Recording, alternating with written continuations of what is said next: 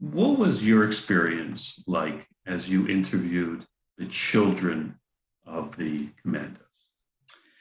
Well, something I should say that was even just as amazing was I actually got to interview two commandos when I wrote the book. So I started the book, it's been about 4 years ago. I wrote it very quickly because I was burning with a fire to get this story out there.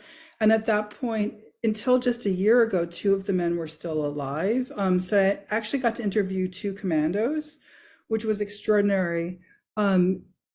Life changing to get to talk to them one on one. One of them pulled out a letter he had from Brian Hilton Jones that Brian Hilton Jones had written about how great he was after the war.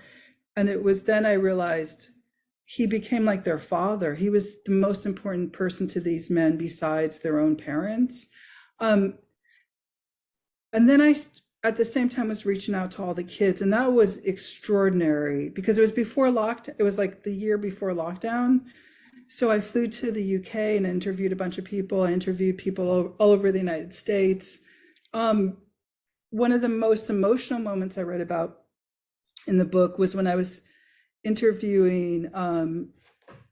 The covers we have, the hardcover has a picture of a bunch of the commandos on the front holding a Tommy gun, and it's the guy in the middle holding the Tommy gun. And I interviewed his son in a little pub near London, and many of the kids of the commandos knew nothing about their dad's stories, and he never knew what had happened to his grandparents. And so after I interviewed him about his father, I said, I always have to ask the story, what happened to your grandparents? I'm sorry, but it's part of the history.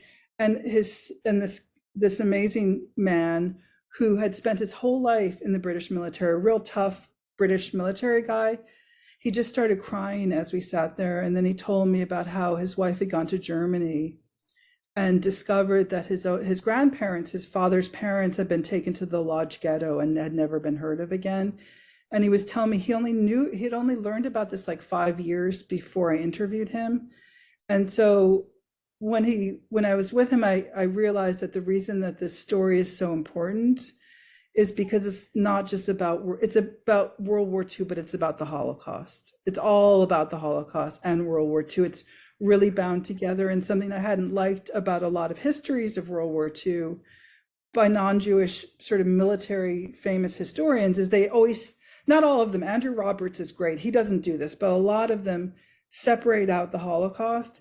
And I thought, this is again proof that you can't do that. It's all one story. This is all one story, and we need to tell the stories together.